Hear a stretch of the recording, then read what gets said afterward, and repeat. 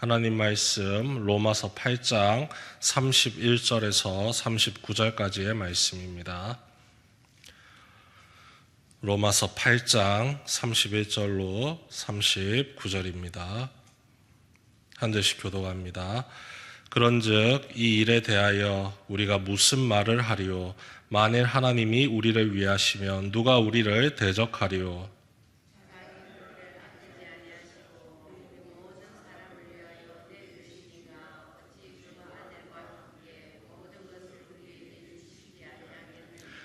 누가 능히 하나님께서 택하신 자들을 고발하리요? 의롭다 하신 이는 하나님이시니.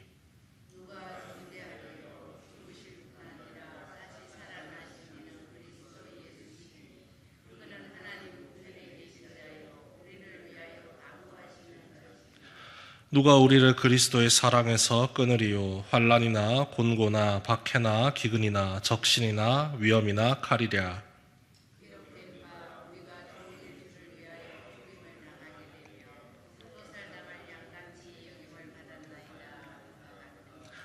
그러나 이 모든 일에 우리를 사랑하시는 이로 말미암아 우리가 넉넉히 이기느니라.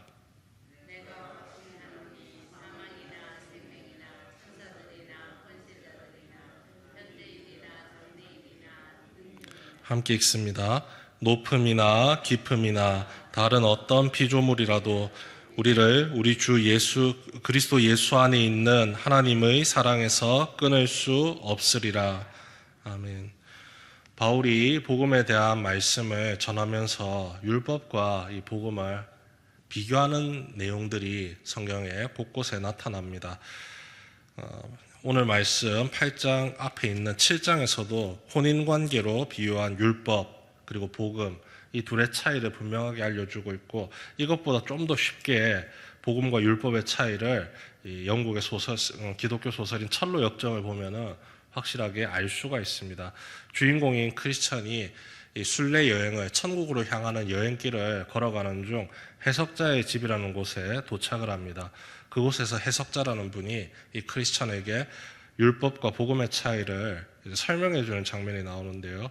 해석자가 아주 더러운 방 하나를 보여주면서 죄인의 마음의 상태가 이와 같다라고 이야기를 합니다. 너무나도 많은 먼지, 찌꺼기들, 쓰레기들이 가득 차 있는 그 방을 이제 씻겨야 되기 때문에, 그 죄들을 씻어내야 되기 때문에 한 하인이 들어와서 그 방을 청소하기 시작합니다. 빗자루를 들고 열심히 씁니다. 그런데 그 열심히 그 방을 쓸어버릴 때마다 더욱더 많은 먼지들이 일어나고 쓰레기들이 그 공간 안에서 휘저어질 뿐이지 도무지 그 방이 깨끗해질 기미가 보이질 않습니다. 해석자가 이제 이렇게 이야기를 해주죠. 빗자루를 들고 들어간 그 하인이 바로 율법이다. 죄를 깨닫게 하고 죄가 무엇인지를 알기는 할 수 있으나 죄를 가라앉히지 못하고 치우지 못하고 근절시키지 못합니다. 죄의 문제를 해결할 수 있는 것은 율법이 아닙니다라고 이야기를 해줍니다. 그러자 또 다른 하인이 그 방에 들어갑니다. 물병을 하나 들고 물을 확 뿌립니다. 그러자 흩날리던 먼지들이 물에 의해서 싹 가라앉습니다. 그리고 바닥에 한데 뭉쳐있죠. 그제서야 쉽게 이 새로운 하인이 그 방에 있는 더러운 것들을 다 쓸어버리고 치우고 닦을 수가 있게 됩니다. 이 하인을 향해, 새로 들어온 하인을 향해서 이제 해석자가 이것이 바로 복음입니다. 그리고 이것이 바로 복음의 능력입니다. 드러난 죄를 모두 근절시키고 그 죄가 우리의 마음속에서 다 사라질 수 있도록 깨끗하게 치울 수 있는 능력을 가진 것이 바로 이 복음입니다라고 알려주죠. 그렇다고 해서 바울이 율법에 대해서 그럼 쓸모가 없느냐라고 이야기했느냐? 전혀 그렇지 않습니다. 율법도 거룩합니다. 율법 필요합니다. 그런데 율법만으로는 부족합니다. 복음이 반드시 필요합니다라고 우리에게 알려주고 있죠. 예수님께서도 마태복음 5장 17절 말씀을 통해서 이 원리에 대해 설명을 해주셨습니다. 내가 율법이나 예언자들의 말을 폐하러 온 줄로 생각하지 말아라. 폐하러 온 것이 아니라 완성하러 왔다. 율법이 죄를 열심히 들춰놨을 때 그 모든 죄를 깨끗하게 씻을 수 있는 능력은 예수 그리스도의 십자가의 피, 구원의 복음밖에는 없다는 것을 몸소 보여주시려고 이 땅에 오신 분이 예수님이라는 사실을 예수님께서 직접 우리에게 알려주셨습니다. 바로 그 복음의 능력 속에서 우리가 살아가고 있는 것이죠. 그 복음을 붙들고 우리가 살아갈 때에 하나님의 사랑 안에서 우리가 결코 끊어지지 않는다는 겁니다. 한번 구원하기로 작정한 인사들은 모두 주님께서 다 죄에서 건지시고 이끌어 가신다는 겁니다. 어떤 외부적인 압력이 들어오고 고난이 닥쳐온다 할지라도 절대로 하나님의 사랑에서 끊어질 수가 없다라고 오늘 이야기를 하고 있죠. 35절의 말씀입니다. 누가 우리를 그리스도의 사랑에서 끊으리요? 환난이나 곤고나 박해나 기근이나 적신이나 위험이나 칼이랴. 이미 죄에 대해서 예수 그리스도와 함께 우리가 죽어버렸습니다. 더 이상 그 죄들이 우리를 주장하지를 못합니다. 왜냐하면 우리는 죄에 매여서 이제 살아가는 사람이 아니라 예수 그리스도의 부활의 예수 그리스도의 복음의 은혜 가운데서 한데 묶인 채 살아가는 하나님의 자녀가 되었기 때문입니다. 이것이 바로 복음의 능력이고 이 율법을 지키는 매여 있는 삶에서 벗어났음을 의미합니다. 율법을 지키며 살아간다는 것은 일종의 채무관계입니다. 율법을 잘 지킨 결과로 은혜를 누릴 수 있다, 기쁨을 누릴 수 있다, 유대인들이 말을 하지만, 율법주의자들이 그렇게 말을 하지만 이것은 기브 앤 테이크죠. 주는 대로 내가 준 대로 받아야 되겠습니다. 그런데 율법의 문제는 온전히 그 율법을 지킬 수 없음에 있다는 겁니다. 아무리 그것을 갚으려고 내가 힘써 노력하고 일한다 할지라도 사랑은커녕 하나도 갚지 못해서 오히려 분노만 일으킨다는 겁니다. 율법을 못 지켜서 율법 때문에 우리가 하나님의 진노의 자녀가 되었는데 더 이상 그 율법에 매여서 살고 싶습니까? 바울이 이야기를 하는 것이죠.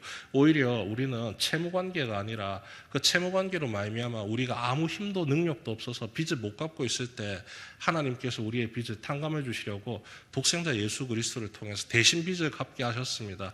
여러분들은 그 사실을 믿기만 하면 됩니다. 믿고 받아들이면은 그걸로 끝입니다. 당신들은 선물을 받아야 되는 존재입니다.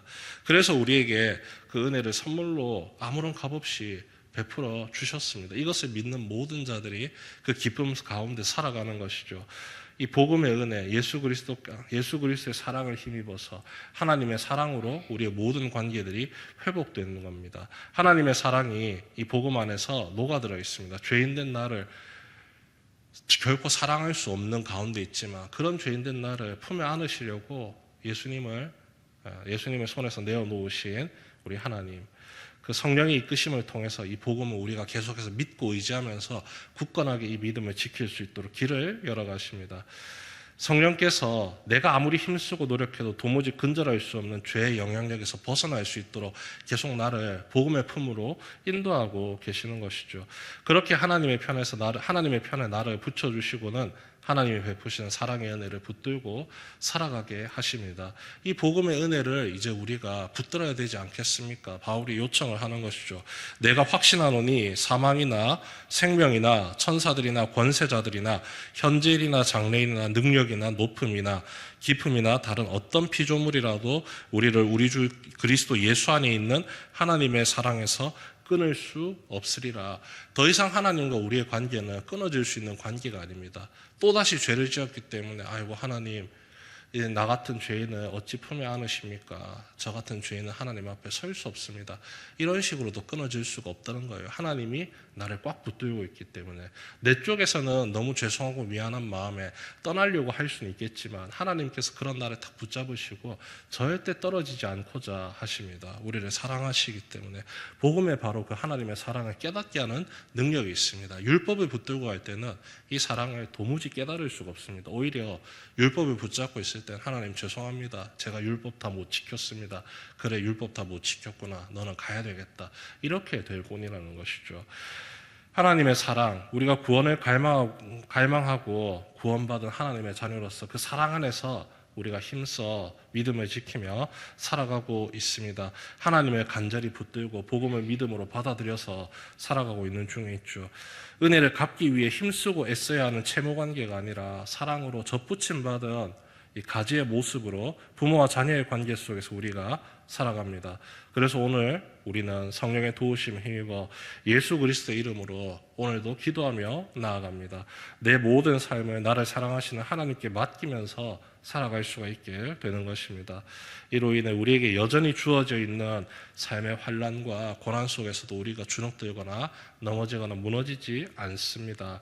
나를 사랑하시는 하나님께서 누리시는 그 영광을 우리에게 은혜의 선물로 허락해 주시기 때문이죠. 이미 우리를 양자로 삼으시고 상속자로 삼으신 하나님의 사랑을 힘입어 주님이 우리에게 허락하시는 영광과 기쁨을 온전히 누리면서 살아가는 성도 여러분 되시길 주님의 이름으로 축원합니다. 그리고 그 은혜를 더욱더 간구하며 함께 기도하는 이 아침이 되기를 축원합니다.